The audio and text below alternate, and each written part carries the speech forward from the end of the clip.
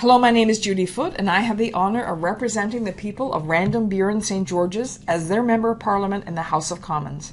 This message is one of the ways I have of bringing you up to date on what has been happening in Ottawa.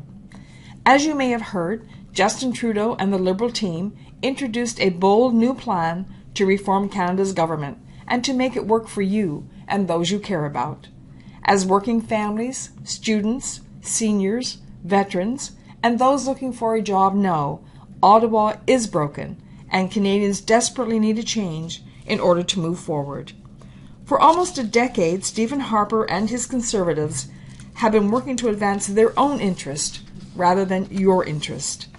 As someone concerned about what I am seeing, it is obvious there needs to be a change of government if the needs of Canadians are to take priority. Justin Trudeau and the Liberal team have set out a 32-point plan for real change to restore the faith of Canadians in government. This means making government more open and transparent, making elections more open and fair, giving every Canadian a voice in Ottawa, providing a better service for Canadians, and bringing back evidence-based policy. Government should work for Canadians, not the other way round.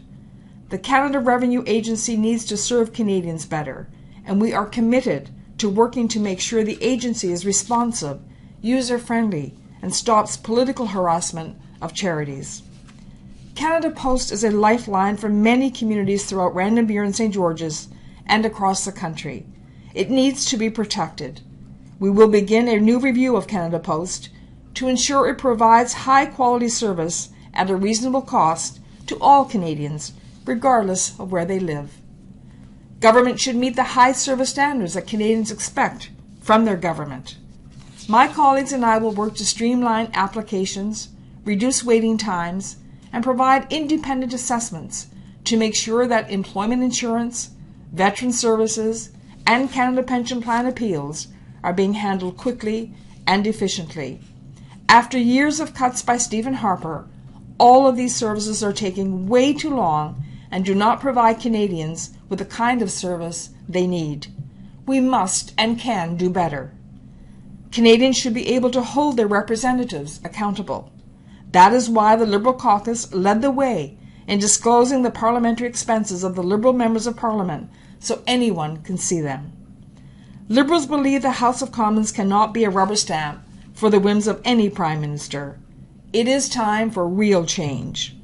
Parliamentarians need to be able to do the job that they are sent to Ottawa to do.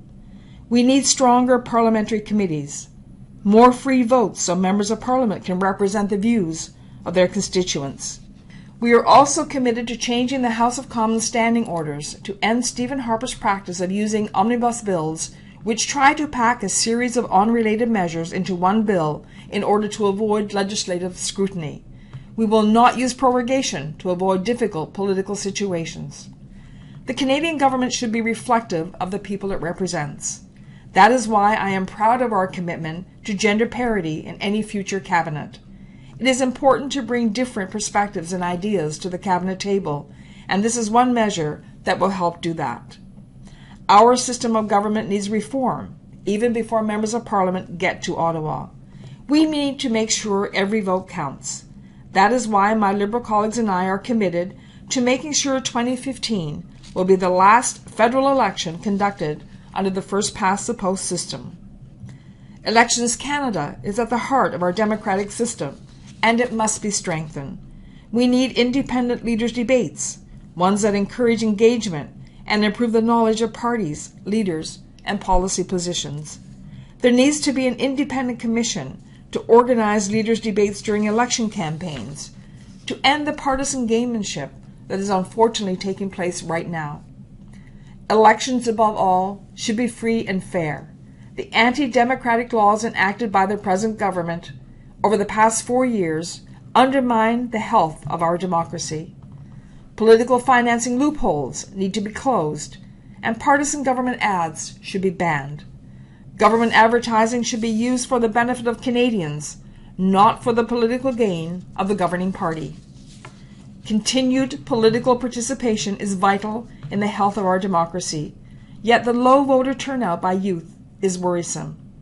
This trend has to be reversed, and one way to do this involves working with interested provinces and territories to register young Canadians to vote as part of their high school curriculum and encourage students to participate in civic ceremonies celebrating our right and responsibility to vote.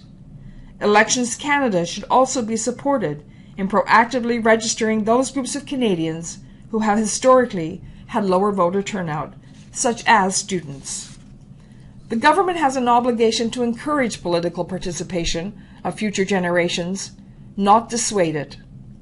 The access to information system needs to be overhauled so Canadians' personal information is available to them, and government data should be available to all Canadians. After all, information paid for by Canadians belongs to Canadians. Proper data is one of the most important resources at the government's disposal when making crucial decisions about everything from political representation to the allocation of funding. That is why it is so critical that the mandatory long-form census be restored, so government has an accurate picture of Canada and Canadians when making decisions. In order for the government to make the best decisions for the country, it needs proper data.